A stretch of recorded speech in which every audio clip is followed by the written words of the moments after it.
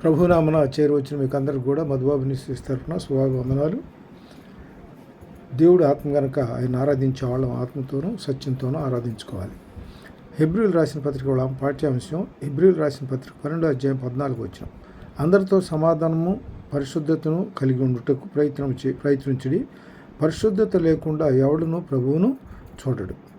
దీనిలో రోమిలు రాసిన పత్రిక 14వ అధ్యాయం 17వ వచనంలో ఒకసారి చూసినట్లయితే, రోమిలు రాసిన పత్రిక 14వ అధ్యాయం 17వ వచనం.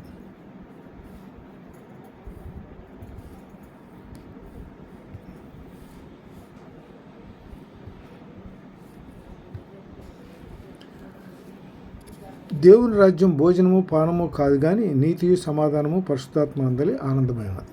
అంటే పరిశుద్ధాత్మలోని ఆనందం ఎట్లా ఉంటుందంటే, మనకి దేవుని చూస్తే దేవుని పట్ల మన పరిశుద్ధత కలిగి దేవుని వైపు చూస్తే రుచి చూచి ఎరిగితేనే యెహోవా ఉత్తముడని 34వ కీర్తనలో చెప్తాడు. కాబట్టి ఏంటంటే దేవుని రాజ్యం ఎట్లా ఉంటుందంటే భోజనం పానం కాదు కానీ నీతియు సమాధానం పరిశుద్ధాత్మ అందలి ఆనందం. పరిశుద్ధాత్మలో మనం ఆనందాన్ని పొందుకోగలుగుతాం. ఆత్మ ఎప్పుడైతే పరిశుద్ధంగా ఉంటుందో, నిర్మలంగా నిష్కల్పంగా నిష్కపటంగా అయితే ఉంటుందో మనం ఆనందాన్ని దేవుళ్ళో ఆనందాన్ని పరిశుద్ధాత్మలో ఆనందాన్ని అనుభవించగలుగుతాం. దీనిలో మత్తయి సువార్త 5:8 ఏం చెబుతారంటే, హృదయ శుద్ధి గలవారు ధన్యులు, వారు దేవునిని చూచెదరు.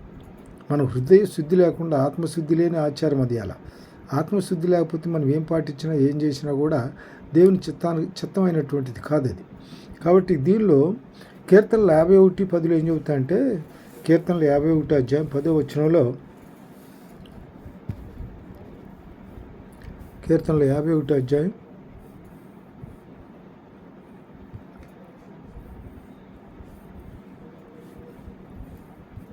10వ వచనంలో ఏం చెబుతాయంటే, దేవా నా యందు శుద్ధ హృదయం కలుగజేయము, నా అంతరంగంలో స్థిరమైన మనసును నూతనముగా పుట్టించుము. నీ సన్నిధిలో నుండి నన్ను త్రోసివేయకము, నీ పరిశుద్ధాత్మను నా యొద్ద నుండి తీసివేయకము. నీ రక్షణానందము నాకు మరలా పుట్టించము, సమ్మతి గల మనసును కలుగజేసి నన్ను దృఢపరచుము. సందర్భం ఏంటంటే ఇక్కడ ఈ దావీదు ఏం చేస్తాడంటే పాపం చేస్తాడు. దావీదు పాపం చేస్తాడు. పాపం చేసిన తర్వాత తను ఏం చేస్తాడంటే తను చేసిన పాపానికి పశ్చాత్తాపడతాడు.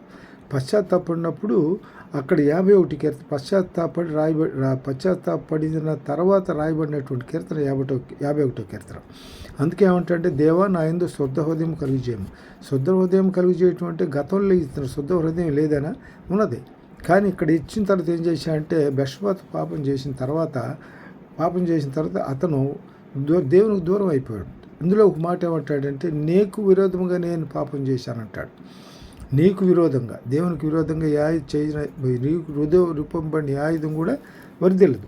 కాబట్టి దేవుని నీకు విరోధంగా నేను పాపం చేశానని చెప్తూ ఇక్కడ, దేవా నా యందు శుద్ధ హృదయం కలుగజేయము, నా అంతరంగంలో స్థిరమైన మనసును నూతనముగా పుట్టించుము. నీ సన్నిధి నుండి నన్ను త్రోసివేయకము, నీ పరిశుద్ధాత్మ నా యొద్ద నుండి తీసివేయకము. నీ రక్షణానందమును నాకు మరలా పుట్టించుము, సమ్మతి కలగ మనసును కలుగజేసి నన్ను దృఢపరచుము. తర్వాత దీనిలో తర్వాత 20 కీర్తన 24లో ఏం చెబుతాయంటే, 24:4-5 వచనాల్లో కీర్తనలు 24వ అధ్యాయం 4-5 వచనాల్లో 4-5 వచనాల్లో, వ్యర్థమైన వాని యందు నా మనస్సును పెట్టకయు, కపటముగా ప్రమాణం చేయకయు, నిర్దోషమైన చేతులను శుద్ధ హృదయమును కలిగి ఉండి వాడే. అంటే ఇక్కడ దీని సందర్భం ఏంటంటే, పైన ఈ దీనిలో మొదటి నుంచి 2 వచనాలు చదువుకుందాం. భూమి దాని సంపూర్ణతయు, లోకమును దాని నివాసులను యెహోవాయే. ఆయన సముద్రం మీద దానికి పునాది వేసెను, ప్రవాహ జలముల మీద దాన్ని స్థిరపరచెను. యెహోవా పర్వతానికి ఎక్కదగిన వాడెవడు? అంటే యెహోవా పర్వతం అంటే పరిశుద్ధమైన పర్వతం, ఇది సమాధాన పర్వతం అంటాం. దానిలో యెహోవా పర్వతమును ఎక్కదగిన వాడెవడు? ఆయన పరిశుద్ధ స్థలంలో నిలబడదగిన వాడెవడు? అంటే ఎలాంటి వాడు నిలబడగలడంటే, వ్యర్థమైన దానిందు మనసు పెట్టకయు, కపటముగా ప్రమాణం చేయకయు, నిర్దోషమైన చేతులను శుద్ధమైన హృదయం కలిగి ఉండివాడే. వాడు యెహోవా వలన ఆశీర్వాదం పొందును, తన రక్షకుడైన దేవుని వలన నీతిమత్వం పొందును. ఆయన ఆశ్రయించువారు యాకోబు దేవా నీ సన్నిధిని వెతుకువారు అట్టివారే. ఆయన ఆశ్రయించిన వారు ఎట్టివారంటే, యాకోబు దేవుని ఆశ్రయించిన వారు ఆయన ఆశ్రయించిన వారు. గుమ్మల. కాబట్టి ఏంటంటే మనకి పరిశుద్ధత కలిగి ఉండాలి. మనం పరిశుద్ధత ఆయన దగ్గరికి రాగలిగిన వారు వ్యర్థమైన వాటి యందు మనసు పెట్టక కపటంగా ప్రమాణం చేయకు నిర్దోషమైన చేతులు శుద్ధమైన హృదయం కలిగిన వారు. శుద్ధమైన హృదయం గాలే ఆయన సన్నిధిని ఆయన చూడగలరు. తర్వాత దీనిలో ఈ కీర్తనలు 15 అధ్యాయంలో చెప్తుంది. కీర్తన 15 అధ్యాయం 2-5 వచనాలు చూద్దాం. కీర్తనలు 15 అధ్యాయం దీనిలో కూడా అదే చెప్తాడు. 1 చదువుకుందాం.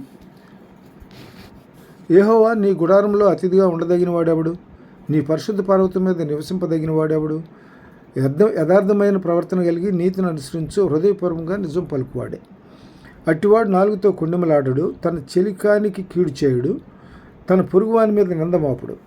అతని దృష్టికి నీచుడు అసహ్యుడు. అతడు యెహోవా యందు భయభక్తులు గల వారిని సన్మానించును. అతడు ప్రమాణము చేయగా నష్టము కలిగినను మాట తప్పడు. తన ద్రవ్యమును వడ్డీకియడు, నిరపరాధిని చేర్పుటకై లంచం పుచ్చుకొనడు. ఈ ప్రకారం చేయువాడు ఎన్నడను కదిలించబడ్డు. కాబట్టి ఆయన దృష్టికి ఎవరన్నమాట? యథార్థమైన ప్రవర్తన కలిగి నీతిని అనుసరించు హృదయపూర్వకంగా నిజం పలుకువాడే ఆయన దృష్టికి యథార్థవంతుడు, పరిశుద్ధుడు. తర్వాత దీనిలో ఇంకోటి చూద్దాం.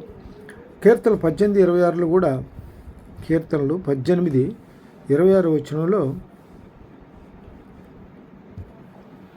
సద్భావము గల వారి ఎడల నీవు సద్భావం చూపుదు, మూర్ఖుల ఎడల నీవు వికటముగా నుందువు. మన సద్భావం కలిగి ఉంటే సద్భావం కలిగి సద్భావం కలిగి వారి ఎడల నీవు సద్భావం చూపుదు, మూర్ఖుల ఎడల నువ్వు వికటం చూపుదు. సత్సంకల్ప సాధన అంటాం. ఏదైనా మంచి సంకల్పం సాధించాలంటే సత్సంకల్ప సాధనకు అవసరమైనటువంటి శక్తి దానిలోనే ఉంటుందంట. అందువల్ల ఇక్కడ అందుకనే సద్భావం గలవారి ఎడలి నీవు సద్భావం చూపుదు, మూర్ఖుల ఎడల నువ్వు వికటముగా నుందువు. తర్వాత దీనిలో ఇంకోటి, మొదటి దిన వృత్తాంతాలు 29వ అధ్యాయం చూద్దాం. మొదటి దిన వృత్తాంతాలు 29వ అధ్యాయం 16, 17, 16 నుంచి 19 వచనాలు చూద్దాం. 16 నుంచి. మా దేవ యెహోవా, నీవు పరిశుద్ధ నామం యొక్క ఘనత కొరకు మందిరమును కట్టించుటకై మేము సమకూర్చిన ఈ వస్తు సముదాయమును నీ వలన కలిగినదే, అంతయు నీదే అయి ఉన్నది. నా దేవ, నీవు హృదయ పరిశోధన చేయు యథార్థవంతులందు ఇష్టపడుచున్నావని నేను ఎరుగుదును. నేనైతే యథార్థ హృదయము గలవాడనై ఇవి అన్నీ మనఃపూర్వకంగా ఇచ్చున్నాను. ఇప్పుడు ఇక్కడ నుండి నీవు జనులను నీకు మనఃపూర్వకంగా ఇచ్చుట చూచి సంతోషించున్నావు. అంటే ఇక్కడ సందర్భం ఏంటంటే, యెహోవా యెరూషలేము మందిరాన్ని కట్టించడానికి అన్ని సన్నద్ధం చేసి పెడతాడు దావీదు భక్తుడు. సన్నిద్ధం చేసి పెట్టిన తర్వాత ఆ సందర్భంలో నేను నాకు ఇచ్చినవన్నీ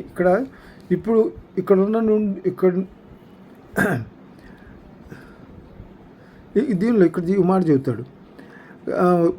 ఘనత కొరకు నీ పరిశుద్ధ నామం యొక్క ఘనత కొరకు మందిరమును కట్టించుటకై మేము సమకూర్చిన ఈ వస్తు సముదాయమును నీ వల్ల కలిగినదే. అంటే ఆయన ఏర్పాటు చేసుకుంటున్నాడు. ఆయన కార్యాలను ఆయన ఎప్పుడు మర్చిపోడు. అందువల్ల ఏంటంటే ఆయన ఘనత కొరకు ఏర్పాటు చేయనటువంటి యెరూషలేము మందిరానికి కావాల్సినటువంటి సామాగ్రి అంతా కూడా ఆయన వస్తు సముదాయం నీ వలన కలిగిందే, అంతా నీది అయి ఉన్నది. కాబట్టి ఇక్కడ నేను యథార్థతను గలవాడిన ఇవన్నీ మనఃపూర్వకంగా ఇచ్చున్నాను. అంటే దేవునికి మందిరం కట్టించాలనేటువంటిది దృఢమైన సంకల్పంతో మనఃపూర్వకంగా ఇచ్చాడు. అట్లాగే నీ జనులు కూడా మనఃపూర్వకంగా ఇచ్చుట చూసి సంతోషించున్నాను. అంటే జనులు కూడా ఏం చేశారంటే, ఈయన వాళ్ళతో చెప్పాడు, మందిరం నిర్మాణానికి మీ వంతు బాధ్యత. మనం అక్రమం చేయగలిగినప్పటికీ కూడా నలుగురు దానికి సహకరించే విధంగా ఉంటే అది మేలుకరంగా ఉంటుంది. అందుకని ఏంటంటే వీళ్ళందరూ మాట చెప్పినప్పుడు ఏం చేస్తారు, అందరూ కూడా వాళ్ళు మనఃపూర్వకంగా ఇవ్వగలిగిందంతా ఇచ్చారు వాళ్ళు. ఆ విషయమే ఇక్కడ చెబుతున్నాడు. తర్వాత అబ్రహాము, ఇస్సాకు, ఇజ్రాయేలు అను మా పితరుల దేవ యెహోవా, నీ జనుల హృదయపూర్వకంగా సంకల్పించిన ఈ ఉద్దేశమును నిత్యము కాపాడుము. వారి హృదయమును నీకు అనుకూలపరచుము. తర్వాత 17 వచ్చిన కూడా సార్ 17 చూసినప్పుడు 16 నుంచి 19 వచ్చిన కూడా చూద్దాం. నా కుమారుడైన సొలొమోను నీ ఆజ్ఞలను, నీ శాసనములను, నీ కట్టడలను గైకొనుచు వాటినన్నింటినీ అనుసరించినట్లును, నేను కట్టదలిచిన ఈ ఆలయమును కట్టించినట్లును అతనికి నిర్దోషమైన హృదయమును దయచేయము. ఏదైనా దేవుని కార్యం చేసినప్పుడు దేవుని కార్యం నిర్లక్ష్యం చేస్తానంటే శాపగ్రస్తులు అవుతారంట. అందుకనే దావీదు భక్తుడు ఏమంటాడంటే, నా కుమారుడు నేనైతే నన్ను మనస్ఫూర్తిగా మనపూర్వకంగా అన్నీ చేసుకుంటూ వస్తున్నా, కానీ నా కుమారుడు కూడా అలాంటి మనసు ఇవ్వమని అడుగుతాడు. నా కుమారుడైన సొలొమోను నీ ఆజ్ఞలను నీ శాస్త్రములను నీ కట్టలు గైకొనుచు వాటన్నిటినీ అనుసరించున్నట్లును నేను కట్టదలిచి నీ ఆలయం కట్టించున్నట్లును అతనికి నిర్దోషమైన హృదయమును దయచేయము. తర్వాత దీనిలో ఎఫ్ఎస్సీలకు రాసిన పత్రిక 4వ అధ్యాయం 21 నుంచి 24 వచనాలు చూద్దాం. ఎఫ్ఎస్సీలకు రాసిన పత్రిక 4వ అధ్యాయం ఎఫ్ఎస్సీలకు పత్రిక 1వ అధ్యాయం 4 నుంచి 6 వచనాలు. 4 నుంచి 6 ఎట్లనగా తన ప్రియుని యందు తాను ఉచితంగా మనకు అనుగ్రహించిన తన కృపా మహిమకు కీర్తి కలిగినట్లు మనం ఏది చేసినా సరే దేవుడు మహిమ పొందాలి, మహింపరచబడాలి. భోజనం చేసినా పానం చేసినా మనం ఏం చేసినా కూడా దేవుడు మహింపరచబడే విధంగా ఉండాలి. కీర్తి కలిగినట్లు మహిమకు కీర్తి కలగాలి. తన చిత్త ప్రకారమైన దయా సంకల్పం చొప్పున యేసుక్రీస్తు ద్వారా తన కుమారులనుగా స్వీకరించుటకై మనలను ముందుగా తన కోసము నిర్ణయించుకొని మనము తన ఎదుట పరిశుద్ధులమును నిర్దోషులమై ఉండవాలని జగత్తు పునాది వేయబడక మునిపే ప్రేమ చేత ఆయన క్రీస్తులో మనల్ని ఏర్పరచుకున్నాడు. కాబట్టి దేవుడు మన క్రీస్తులో మనల్ని ఏర్పరచుకున్న దాన్ని బట్టి మనం ఏం చేసినా కూడా దేవుని మహం కొరకే చేయాలి. మాట చేత కానీ క్రియ చేత కానీ భోజనం చేసినా పాలన చేసినా ప్రతిదీ కూడా దేవుని మహిమ కొరకే మనం చేయాలి. తర్వాత దీనిలో ఇంకోటి ఏంటంటే పరిశుద్ధత అంటే ఏంటంటే పాపమునకు వేరుగా దేవుని సమీపంగా నీతిగా యథార్థంగా ప్రత్యేకంగా ఉండటమే. నీతిగా యథార్థంగా పాపానికి వేరుగా దేవుని సమీపంగా ఉండగలిగాము అంటే మనం ఎట్లా ఉండాలి? నీతి కలిగి యథార్థ కలిగి పాపంకి వేరుగా ఉండాలి. అప్పుడు దేవుని సమీపంగా ఉండగలుగుతుంది. దాన్నే మనం ఏమంటామంటే పరిశుద్ధత అంటాం. తర్వాత దీనిలో పరిశుద్ధతకు సంబంధించి మనం కొన్ని విషయాలు దేవుని దృష్టిలో మనం ఎట్లా నడుచుకోవాలి, దేవుని దృష్టిలో ఎట్లా చూడండి. ప్రజల రక్షణ కొరకై దేవుని ఆలోచన ఉద్దేశమే పరిశుద్ధత. ప్రజలను రక్షించడం కోసం దేవునికి ఉన్నటువంటి ఆలోచన అంటే ఏంటి? దేవునికి అనుకూలంగా మనం ఉండాలంటే మనం పరిశుద్ధపరచబడాలి, హృదయం పరిశుద్ధంగా ఉండాలి. తర్వాత దీనిలో అందుకని ప్రజల రక్షణ కొరకని దేవుని ఆలోచన, మనం పరిశుద్ధంగా ఉండాలి అనేటువంటి దేవుని యొక్క ఆలోచన. దీనిలో ఎఫ్ఎస్సీలకు రాసిన పత్రిక 1వ అధ్యాయం 4 నుంచి 6 వచనాలు చూస్తే, ఎఫ్ఎస్సీలకు రాసిన పత్రిక 1వ అధ్యాయం 4 నుంచి 6 వచనాలు 4 నుంచి 6 వచనాలు చూస్తే, ఎట్లనగా తన ప్రియుని యందు తాను ఉచితంగా అనుగ్రహించిన తన కృపా మహిమకు కీర్తి కలిగినట్లు తన చిత్త ప్రకారమైన దయా సంకల్పం చొప్పున యేసుక్రీస్తు ద్వారా తన కుమారులనుగాను స్వీకరించుటకై మనల్ని ముందుగా తన కోసం నిర్ణయించుకొని మనము తన ఎడల పరిశుద్ధులమును నిర్దోషులమై ఉండవాలని జగత్ పునాది వేయబడక మునిపే ప్రేమ చేత ఆయన క్రీస్తులో మనల్ని ఏర్పరచుకున్నాం. దేవుని కృపా మహాదైశ్వర్యమును బట్టి ఆ ప్రియుని యందు ఆయన రక్తం వలన మనకు విమోచనము అనగా మన అపరాధములకు క్షమాపణ కలిగి ఉన్నది. కాలము సంపూర్ణమైనప్పుడు జరగవలసిన ఏర్పాటును బట్టి ఆయన తన దయా సంకల్పం చొప్పున తన చిత్తమును గూర్చి మర్మమును మనకు తెలియజేసి ఉన్నాడు. కాబట్టి ఏంటంటే ఆయన చిత్తం ఏముందో మనకు తెలియజేసి ఉన్నాడు. ఆయన చిత్తం ఏంటి? మనం పరిశుద్ధులుగా ఉండాలని.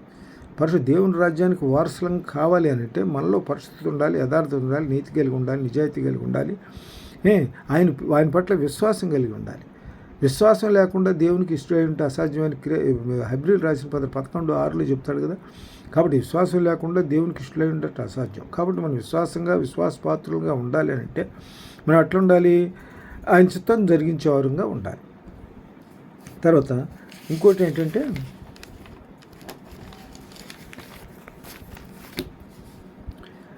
రెండోది ఎట్లా ఉండాలి? పరిశుద్ధంగా ఉండాలంటే ప్రభు ఈ లోకంలోనికి వచ్చినప్పుడు ప్రజల రక్షణ కొరకైన తన ఆలోచనే పరిశుద్ధత. ఆలోచన చొప్పున మనం నడిపించబడుటే మనం ఆయన ఆలోచన చొప్పున నడుచుకోవటమే పరిశుద్ధత. చూడండి, ప్రభు ఈ లోకంలోనికి వచ్చినప్పుడు ప్రజల రక్షణ కొరకైన తన ఆలోచన అంటే మనం పరిశుద్ధంగా ఉండాలి.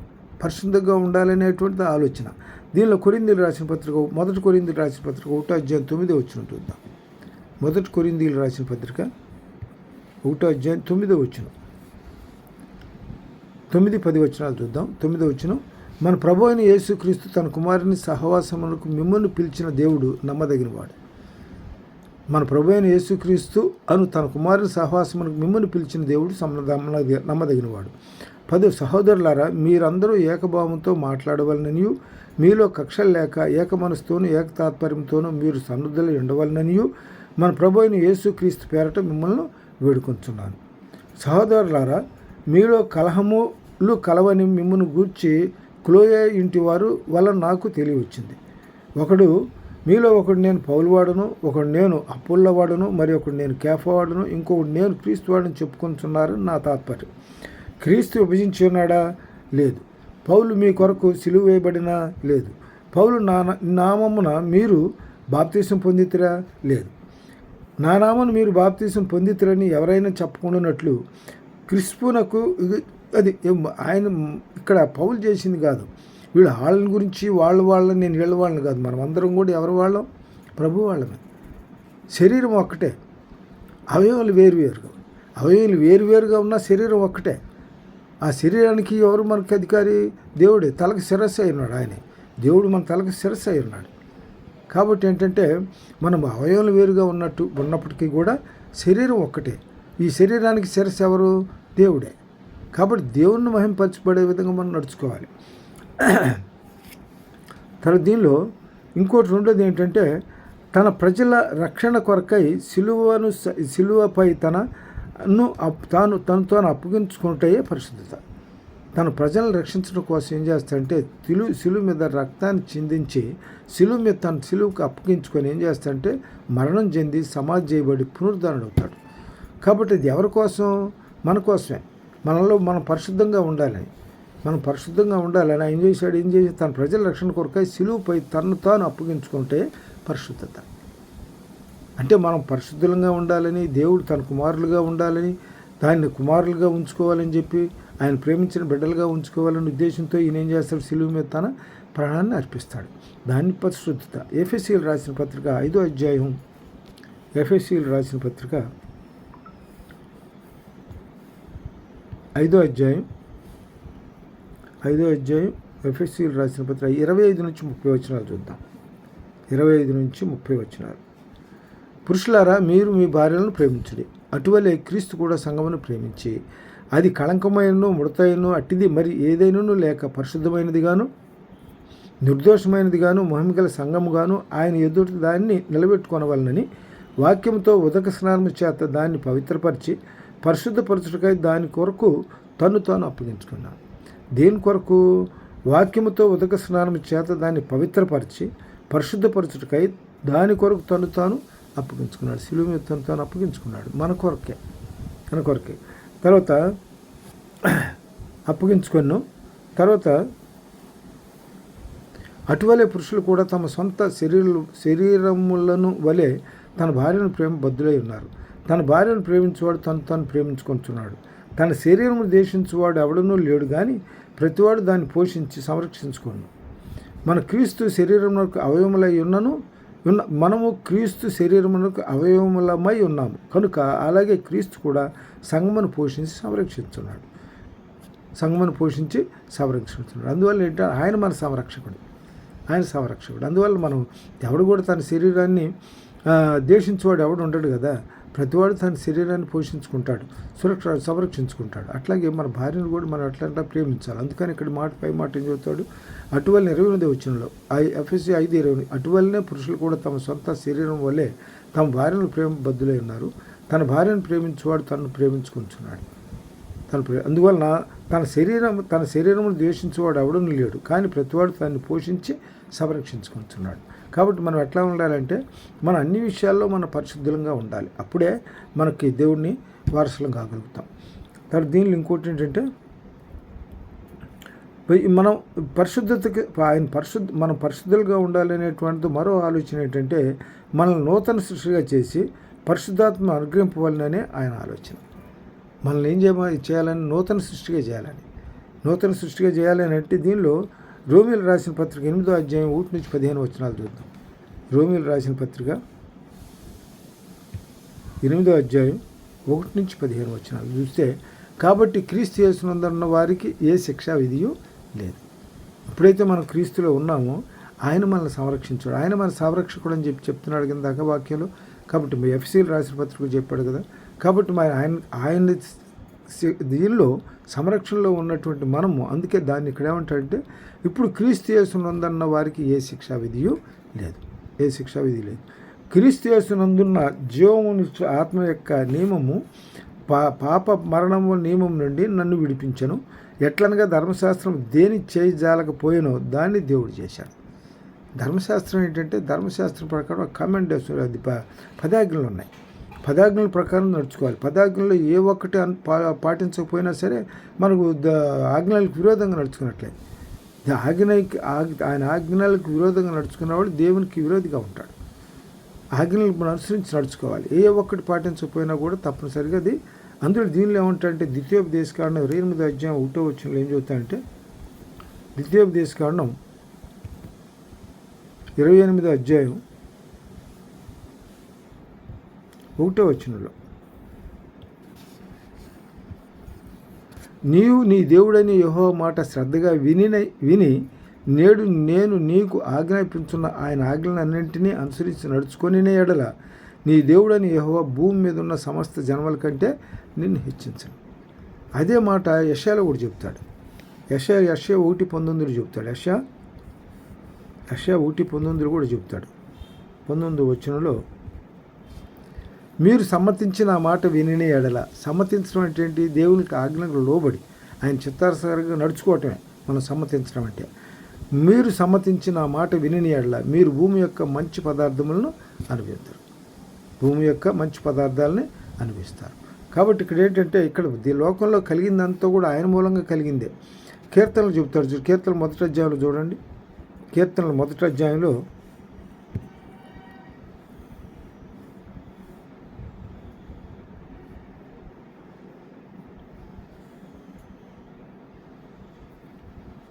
యెహోవా ధర్మశాస్త్రం మీద ఆనందించుచు దివారాత్రము దాన్ని ధ్యానించేవాడు ధనుడు.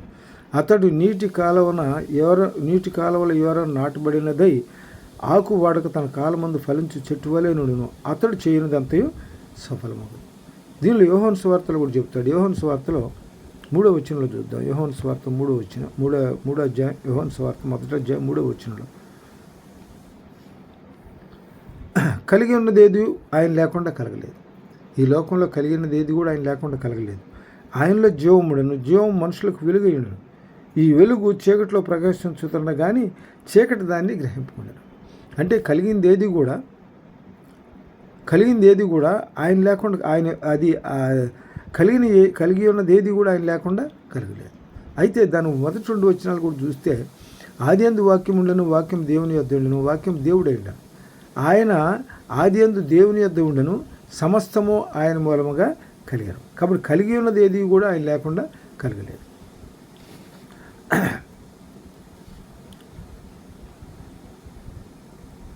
దీనిలో ఇంకో మాట ఏంటంటే, నూతన దీనిలో ఇంకోటి చూద్దాం. 1 నుంచి 15 వరకు. దీనిలో రోమీయులకు రాసిన పత్రిక 8వ అధ్యాయం 1 నుంచి చూద్దాం. 1 నుంచి 15 వరకు. కాబట్టి ఇప్పుడు క్రీస్తు యేసునున్న వారికి ఏ శిక్షా విధియు లేదు. తర్వాత క్రీస్తు యేసునందు జీవమునిచ్చు ఆత్మ యొక్క నియమము పాప మరణముల నియమం నుండి నన్ను విడిపించాను. ఎట్లనగా ధర్మశాస్త్రము దేని చేయజాలకపోయినో దాన్ని దేవుడు చేసిన. శరీరమును అనుసరింపక ఆత్మను అనుసరించియే నడుచుకొను మన యందు ధర్మశాస్త్ర సంబంధమైన నీతి విధి నెరవేర్చబడవలనని పాప పరిహారము నిమిత్తము దేవుడు తన సొంత కుమారుని పాప శరీరంతో పంపి ఆయన శరీరమందు పాపమునకు శిక్ష విధించాను. శరీరం పాప శిక్ష. శరీరానుసారులు శరీర విషయమై మనసునుతురు, ఆత్మానుసారులు ఆత్మ విషయమై మనసునుతురు. శరీరానుసారమైన మనసు మరణము, ఆత్మానుసారమైన మనసు జీవమును సమాధానమున ఉన్నది. ఏలైనగా శరీరానుసారమైన మనసు దేవునికి విరోధమై ఉన్నది. అది దేవుని ధర్మశాస్త్రమునకు లోబడదు, ఏమాత్రమును లోబడదు. కాగా శరీర స్వభావం గలవారు దేవుని సంతోషపరచనేరరు. దేవుని ఆత్మ మీలో నివసించి ఉన్న ఎడల మీరు ఆత్మ స్వభావం గలవారే కానీ శరీర స్వభావం గలవారు కారు. ఎవడైనాను క్రీస్తు ఆత్మ లేనివాడైతే వాడు ఆయన వాడు కాడు. క్రీస్తు మీలో ఉన్న ఎడల మీ శరీరము పాప విషయమై మృతమైనది, కానీ మీ ఆత్మ నీతి విషయమై జీవము కలిగి ఉన్నది. మృతులలో నుండి యేసును లేపిన వాని ఆత్మ మీలో నివసించిన ఎడల మృతులలో నుండి క్రీస్తు యేసును లేపిన వాడు చావునకు లోనైన మీ శరీరమును కూడా మీలో నివసించున్న తన ఆత్మ ద్వారా జీవింపజేయను. ప్రభు లేచినప్పుడు మనల్ని కూడా ఆత్మ ద్వారా జీవింపజేస్తాడు. కాబట్టి సహోదరులారా, శరీరానుసారముగా ప్రవర్తించుటకు మనము శరీరమునకు రుణస్థులము కాము. మీరు శరీరానుసారముగా ప్రవర్తించిన ఎడల చావవలసిన వారు ఇందురు, కానీ ఆత్మచేత శరీరకులను చంపిన ఎడల జీవించదరు. దేవుని ఆత్మ చేత అందరు నడిపింపదురో వారందరూ కూడా దేవుని కుమారులై ఉందురు. ఏలనగా మరలా భయపడుటకు మీరు దాస్యపు ఆత్మను పొందలేదు, కానీ దత్తపుత్రాత్మను పొందితిరి. ఆ ఆత్మ కలిగిన వారమై మనము అబ్బా తండ్రి అని మొరపెట్టుచున్నాం. కాబట్టి ప్రతి చిన్న విషయాలు కూడా పరలోకముందన్న మా తండ్రి, నీ నామం పరిశుద్ధపరచబడును గాక, నీ రాజ్యం వచ్చును గాక అని శిష్యులకు దేవుడు మాదిరి ప్రార్థన చెప్తాడు కదా. ఈ విధంగా ప్రార్థన చేయమని. అందులో మొట్టమొదటి పరలోకముందన్న మా తండ్రి, అందరికీ తండ్రి. మన పిల్లలు వెళ్తే పిల్లలకి ఆయన తాతగాడు, మనకు తండ్రి, పిల్లలకి తండ్రి, అందరికీ తండ్రి ఆయన. పరలోకముందన్న మా తండ్రి. కాబట్టి ఆయనకి ఏంటంటే మనం ఏం పిలుస్తుంది, ఆత్మచేత అందరూ నడిపించరు, వాళ్ళందరూ దేవుని కుమారులు అయిందరు. ఏలనగా మరలా భయపడుటకు మీరు దాస్యపుత్రాత్మను పొందలేదు, కానీ దత్తపుత్రాత్మను పొందితిరి. ఆ ఆత్మ కలిగిన వారమై మనం అబ్బా తండ్రి అని మొరపెడుతున్నాం. అందుకని అక్కడ పరలోక మందిరం ఉంటుంది. ప్రతి సందర్భంలో మనం ప్రార్థన చేసేటప్పుడు అంటే పరిశుద్ధుడా ప్రేమగల తండ్రి పరలోక మందిరం మా తండ్రి అంటాం. ప్రేమగల పరలోక మందిరం మా తండ్రి అని ప్రారంభిస్తాం. చేసే ప్రతి సందర్భంలో కూడా దేవునికి మొరకు పెట్టుకుంటాం. అయితే మన ప్రార్థన ప్రభు ఈ చేసిన ప్రార్థన అంతా అయిపోయిన తర్వాత మనం ఏం చేయాలంటే, నీ కుమారుడు మా ప్రభు అయిన యేసు క్రీస్తు నామమున నేను వేడుకుంటున్నాం.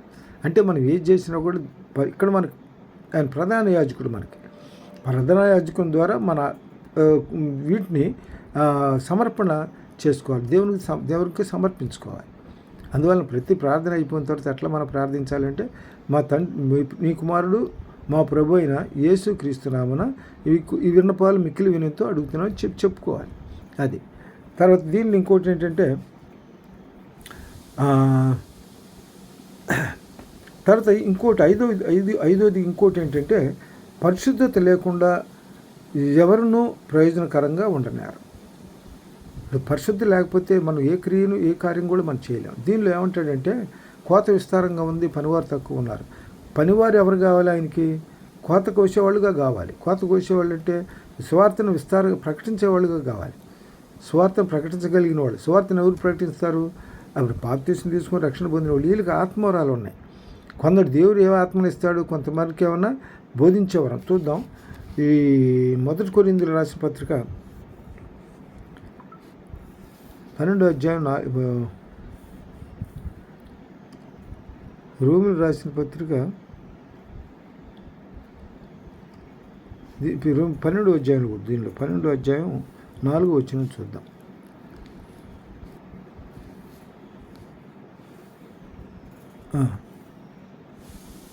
దీనిలో 2 వాక్యం ముందు చదువుకుందాం. శరీరంలో మనం అనేక అవయములు ఉండినను ఈ అవయములన్నిటికీ ఒక్కటే పని ఎలాగ ఉండదో, శరీరంలో మనకు అవయవాలు ఉన్నాయి. చేతులు ఉన్నాయి, కాళ్ళు ఉన్నాయి, ముక్కు ఉంది, నోరు ఉంది, తర్వాత కళ్ళు ఉన్నాయి. ఇవన్నీ కూడా కళ్ళు చూస్తాయి, చేతులు పనిచేస్తాయి, కాళ్ళు నడుస్తాయి, ప్రతిదీ కూడా ఇక్కడ ఇదే మాట చెబుతుంది. ఒక శరీరంలో మనకు అనేక అవయములు ఉండినను ఈ అవయములన్నిటికీ ఒక్కటే పని ఎలాగ ఉండదో, అలాగే అనేకులమైన మనము క్రీస్తులో ఒక్క శరీరముగా ఉండి ఒకరికొకరము ప్రత్యేకంగా అవయములై ఉన్నాము. మనకు అనుగ్రహపడిన కృపావరం చొప్పున వేరువేరు కృపావరం కలిగిన వారమై ఉన్నాము గనుక, ప్రవచన వరమైతే విశ్వాస పరిమాణం చొప్పున ప్రవచింతము, పరిచర్య అయితే పరిచర్యలోను, బోధించేవాడైతే బోధించలోను, హెచ్చరించేవాడైతే హెచ్చరించలోను పని కలిగి ఉందము. పంచిపెట్టువాడు శుద్ధ మనసుతో పై విచారణ చేయువాడు జాగ్రత్తతోనూ, కరుణించేవాడు సంతోషంతో పనిచేయాలి. కాబట్టి మీ ప్రేమ నిష్కపటమైనదై ఉండవలను. చెడ్డదాన్ని అసహించుకొని మంచిదాన్ని హత్తుకోవాలి. చెడ్డదాన్ని ఇక్కడికి మనకి దీనిలో చెప్పాడు. మనకేదో ఇది దీనిలో ప్రవచన వరం అయితే విశ్వాస పరిమాణం చొప్పున ప్రవచించాలి. పరిచర్య అయితే పరిచర్యలోను, బోధించువాడైతే బోధించట్లోను, హెచ్చరించువాడైతే హెచ్చరించట్లోను పని కలిగి ఉండాలి. మన శరీరంలో అవయవాలు వేరువేరుగా ఉన్న అవయవాలకి ఒకే పని అయితే ఏ అవయవాన్ని చేసే పని ఆ అవయవం చేస్తుంది. అట్లాగే మన దేవుడు ఇచ్చిన కృపావరం చొప్పున, ఆయనకి ఇచ్చిన వరం చొప్పున మనం ఏంటనమాట, బోధించేవారైతే బోధించుగా ఉండాలి, బోధించేవారంగా ఉండాలి, ప్రవచించేవాళ్ళైతే ప్రవచించేవాళ్ళంగా ఉండాలి. కాబట్టి దాని ప్రకారం మనం నడుచుకోవాలి. దీనిలో అందుకని ఇక్కడ ఏం చెప్తారంటే 2 తిమోతి 2 అధ్యాయం, తిమోతిలు రాసిన 2వ పత్రిక 2వ అధ్యాయం 20 నుంచి 21 వచనాలు చూద్దాం. 20 నుంచి 21 వచనాలు.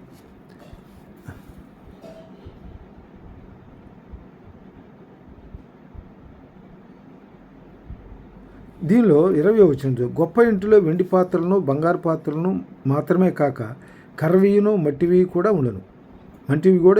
వాటిలో కొన్ని ఘనతకును కొన్ని ఘనహీనతకును వినియోగపడుతుంటాయి. ఘనహీనతకు కూడా వినియోగపడుతుంటాయి. కాబట్టి ఇక్కడ దీనిలో ఎవడైనాను వీటిలో చేరక తాను కొనిన ఎడల వాడు పరిశుద్ధపరచబడి యజమానుడు వాడుకున్నటకు అర్హమైన ప్రతి సత్కార్యమునకు సిద్ధపరచబడి ఘనత నిమిత్తమై పాత్రై ఉండను. అంటే దేవుడు మనకిచ్చిన కృపావరం చొప్పున మనం దేవుని కార్యాలను మనం ముందు కొనసాగింపగలిగే వాళ్ళంగా ఉండాలి.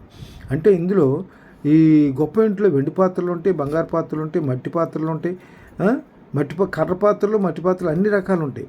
కానీ కొన్నేమో ఘనతకు పనిచేస్తాయి, కొన్నేమో ఘనహీనతకి పనిచేస్తాయి. ఎవడైనా వీటిలో చేరక తను వీటిలో పైంచి ఉదయించిన వాటిలో చేరక తాను పవిత్రపరచుకొనిన ఎడల వాడు పరిశుద్ధపరచబడి యజమానుడు వాడుకున్నట్టుకు అర్హమైన ప్రతి సత్కారమునకు సిద్ధపరచబడి ఘనత నిమిత్తమైన పాత్రయుడును. యజమానుడు ఎవరు? మనకి ప్రభు అయిన యేసుక్రీస్తే. అందుకే ఆయన ఏమంటాడు, కోత విస్తారంగా ఉంది, పనివాడు తక్కువగా ఉన్నారు. కాబట్టి పని చేయడానికి, దేవుని స్వార్థ పరిచర్య చేయడానికి మనం సంసిద్ధులమై ఉండాలి. ప్రభు కూడా తను 40 రాత్రులు పగళ్ళు ఆయన ఉపవాసం ఉన్న తర్వాత సాతాను చేత శోధించబడటానికి వెళ్తాడు. అయిపోయిన తర్వాత మత్తయి సువార్త 4వ అధ్యాయం 27వ వచనం చూద్దాం. మత్తయి సువార్త 4వ అధ్యాయం 27వ వచనం, 17వ వచనం చూద్దాం. అప్పటి నుండి యేసు పరలోక రాజ్యమును సమర్పించున్నది కనుక మారు మనసు పొందుడని చెప్పుచు ప్రకటింప మొదలుపెట్టాను.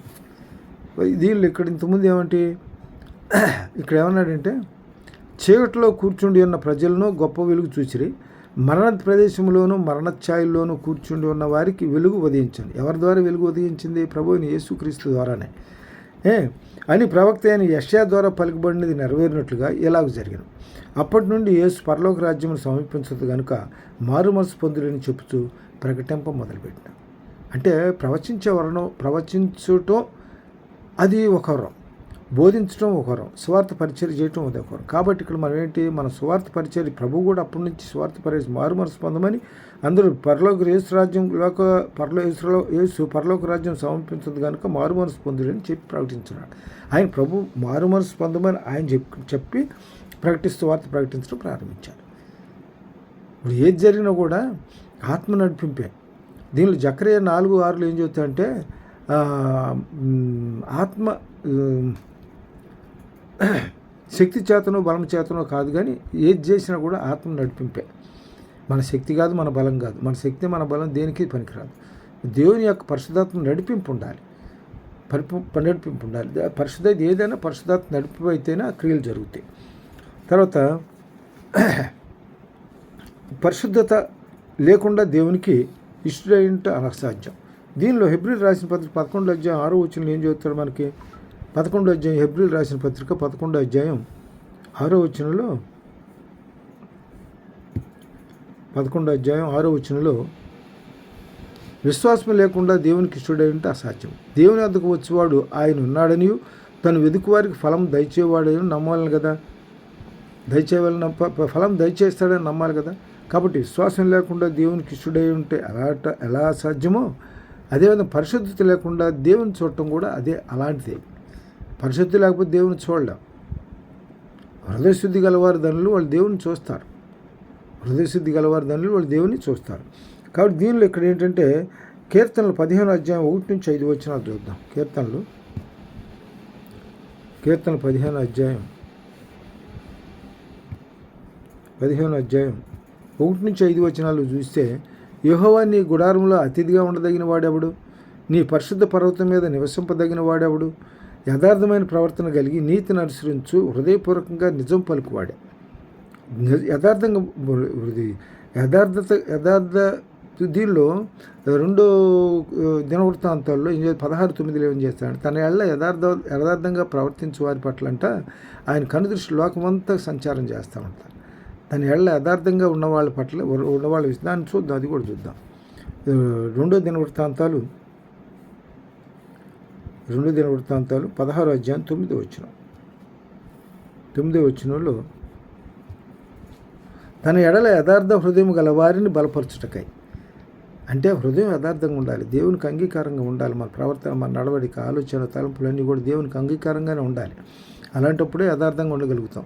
కాబట్టి తన ఎడల యథార్థ హృదయం గల వారిని బలపరచుటకై యెహోవా కనుదృష్టి లోకమంతా సంచారం చేస్తున్నది. ఇవి లోకమంతా సంచారం చేస్తుంది. కాబట్టి దీనిలో మనకేంటనమాట, కాబట్టి అందుకని ఇక్కడ దీనిలో ఏం చెబుతుందంటే కీర్తనలు 15:1 యెహోవా నీ గుడారంలో అతిథిగా ఉండదగిన వాడెవడు? నీ పరిశుద్ధ పర్వతం మీద నివసింపదగిన వాడెవడు? యథార్థమైన ప్రవర్తన కలిగి నీతిని అనుసరించు హృదయపూర్వకంగా నిజం పలుకువాడే. అట్టివాడు నాలుగుతో కొండెములాడడు, తన చెలికాన్ని కీడు చేయడు, తన పొరుగువాని మీద నింద మాపుడు. అతని దృష్టికి నీచుడు అసహ్యుడు. అతడు యెహోవా యందు భయభక్తులు గల వారిని సన్మానించును. అతడు ప్రమాణం చేయగా నష్టం కలిగినను మాట తప్పడు. తను ద్రవ్యమును వడ్డీకియాడు, నిరపరాధిని చెరుపుటకై లంచం పుచ్చుకొనడు. ఈ ప్రకారం చేయవాడు ఎన్నడూను కదిలించబడ్డు. దేవునికి అంగీకారమైనటువంటి నడవడిక, దేవుని చిత్తానుసారమైన నడవడిక. తర్వాత దీనిలో చివరిగా ఏంటంటే పరిశుద్ధత లేకుండా దేవుని చూడలేరు. పరిశుద్ధత లేకపోతే దేవుని చూడలేరు. దీన్ని మొట్టమొదటిలో చెప్పుకున్నాం. మత్తయి సువార్త 5వ అధ్యాయం 8వ వచనంలో ధన్యతల్లో చెప్తాడు ఆ మాట మనకి. మత్తయి సువార్త 5వ అధ్యాయం 8వ వచనంలో హృదయ శుద్ధి గల వారు ధన్యులు, వారు దేవుని చూచెదరు. కాబట్టి హృదయం శుద్ధిగా ఉండాలి. మనం ఎప్పుడు కూడా ఎలాంటి ఈ ఈర్ష్యాసు ద్వేషాలు మనకు పనికిరావు. దేవునికి అంగీకారమైనటువంటి కావాలి. ఈర్ష్యాసు ద్వేషం, కామ, క్రోమ, మోద, మహమచ్చరాలు ఈ లోకంలో ఉన్నాయన్నీ కూడా. అంటే ఏ లోకం అన్నీ అంటే దీనిలో 1 యోహాను 2వ అధ్యాయం 15వ వచనం చూద్దాం. 1 యోహాను 2వ అధ్యాయం 15వ వచనం నుంచి 10వ వచనం చూస్తే, ఈ లోకంలోనైనను లోకములో ఉన్న వాటినైనా ప్రేమింపకొడి. ఎవడైనా నువ్వు లోకము ప్రేమించిన తండ్రి ప్రేమ వానిలో ఉండదు. ఈ లోకములో ఉన్నదంతయు అనగా శరీరాశయు, నేత్రాశయు, జీవబడమును తండ్రి వల్ల పుట్టినవి కావు, అవి లోక సంబంధమైనవి. లోకము దాన్ని గతించిపోతున్నది, కానీ దేవుని చిత్తం జరిగించేవాడు నిత్యము నిల్చును. దేవుని చిత్తం జరిగించేవాడు నిత్యము మనం ఎప్పుడు కూడా దేవుని చిత్తానుసారంగా నడుచుకోవాలి. చిత్తానుసారంగా నడుచుకోవడానికి బద్దులమై ఉన్నాం.